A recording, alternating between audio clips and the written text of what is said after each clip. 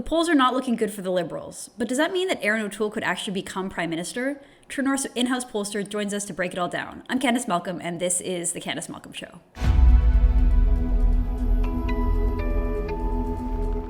We have seen a remarkable change in the polls over the last week. Now, we've talked about it on the show that Justin Trudeau is not running a very good campaign. A few of his major wedge issues have sort of fallen apart. But the way that the polls have reacted is quite sharp and quite telling. So I'm going to go through a couple of them here, and I'm joined by Hamish Marshall, who is our in-house pollster at True North, who's going to help us make sense of it all. I think the most interesting thing I've seen so far is the 338 Canada breakdown, which is the aggregator of all the polls. So on August 13th, before this thing was called, the odds of Trudeau winning a majority government were at 58%. No wonder he called the election. By a week later, August 22nd, the odds of a Trudeau winning a majority is down to 22%. And meanwhile, the odds of the Conservatives winning a minority government is up at 20%. So Hamish, the chances of the Trudeau Liberals forming a majority about 1 in 5, the odds of the Conservatives forming a minority 1 in 5.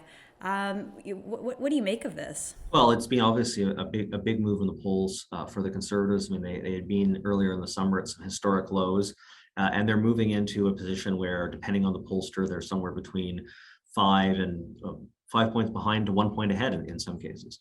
This election's become extremely competitive.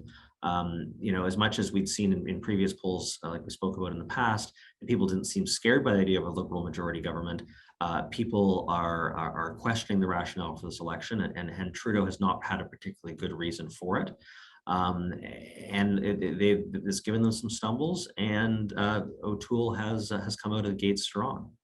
Absolutely. Well, let's talk about that, because there was a poll that came out that showed that the vast majority of Canadians don't want an election. They think that we could have waited a year, calling this election a power grab. So we talked about this on the night that the writ was drawn up and the election was announced, that in some ways Trudeau has a fair rationale for calling an election, just given that the pandemic is over and he wants a new agenda for his new spending, his new vision for spending in Canada.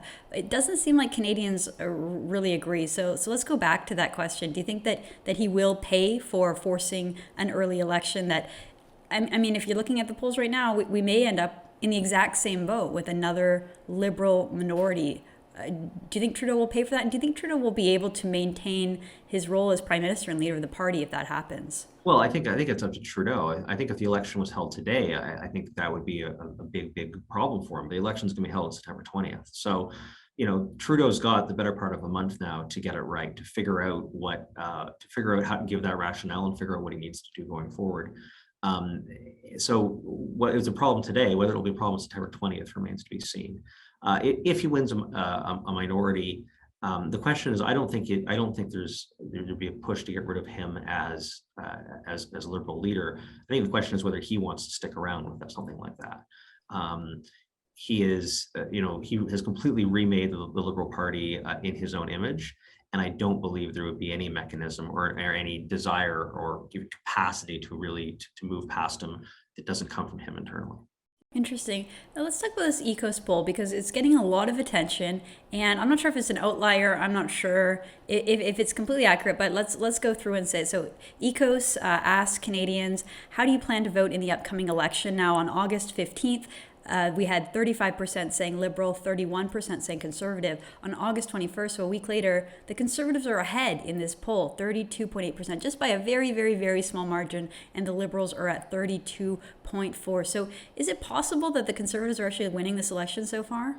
Well, I mean, if we look at all the polls, there's clearly a 1 to 3 point gap, called a 2 point gap. The Liberals seem to be ahead if we look across all the pollsters. This is a rolling poll, which they take a certain number of interviews every night and drop off a previous night. So these sort of things, it's easy to move up and down a point or two.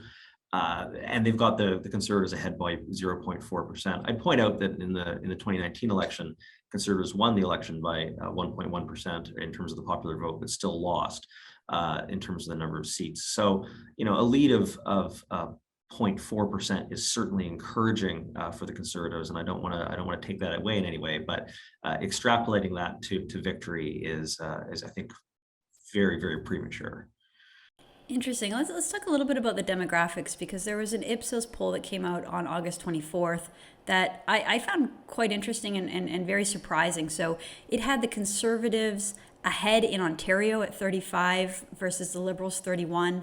The Conservatives ahead in British Columbia at 34 versus the Liberals 31 in British Columbia. And this is surprising to me. In Saskatchewan and Manitoba, the NDP are surging at 39% to the Conservatives 32. So if this was the case and this held, Hamish, this would be a pretty different map than the 2019 election, where the Conservatives swept Saskatchewan, didn't do that well in Ontario and British Columbia. So what is happening, and why is it so different this time around? Well, that's those are what Ipsos' numbers are saying. Other pollsters are showing different provincial numbers, but you're right. It would be a different map. Not so much in British Columbia. It would actually still be good news for the Liberals. The Conservatives got 34% in British Columbia in 2019, so this isn't an improvement. But the Liberals got, I believe, 27 or so. So this is actually an improvement for the Liberals. So you can still see the Liberals gain in that environment. Manitoba and Saskatchewan numbers are fascinating. You'd see the NDP picking up seats in Winnipeg for sure, and maybe a Conservative seat in Saskatoon West. The interesting thing is that in Winnipeg is that while those numbers, the big NDP surge, those are almost certainly going to be the Liberal seats that would fall to the NDP. Which further hurts Trudeau's quest for majority. And then Ontario, as far as I know, Ipsos I think is the only pollster that puts Conservatives ahead in Ontario. But a close Ontario, even a split, even if the Conservatives and Liberals were completely tied in Ontario, that would mean 15, maybe 20 more seats for the Conservatives. The Conservatives lost in Ontario by about 8.5% last time. So even a tie would be a significant change. Well, that could be right there, the difference between a Liberal majority or not. One other demographic poll that I wanted to point out, because I just thought it was so interesting and so counter to what you think about when you think about who the Conservative base is. This is an Ecos poll from August 22nd, and it shows that the Conservatives have the most support among 18 to 34-year-olds, 33% to the Liberals, 28 to the NDP, 20. That's really interesting to me. And then the next youngest demographic, 35 to 49-year-olds, the Conservatives are also leading in that with 33% to the Liberals, 27 NDP, 18. Can we talk about what it is that young people are seeing in the Conservative Party and in Erin O'Toole that are making them shift in this direction? Well, I don't mean to burst anyone's bubble, but I think that's more likely to come out of methodological issues because they're Ecos collecting their data via Demon Dial, which is going to skew towards landlines, and you're typically going to get quite small samples of people under about 40 or 45 answering the phone numbers with landlines, and that can create some anomalies. If we look at the polling from other pollsters. Angus Reid, for instance, and Abacus, companies like that. What we're seeing is that the Conservatives have they've grown with middle-aged men. They've grown with older men as well. They're still behind with older women and with women between middle-aged women 35 and 54. And this is the key group.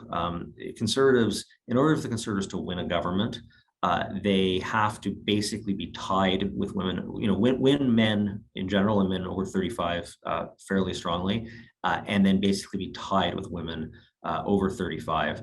Ideally, be ahead with women over 35. One of the more interesting things that's changed in the last a little while, last 10 years or so, is that when Harper was winning his governments, he won women over 55 by fairly strong margins.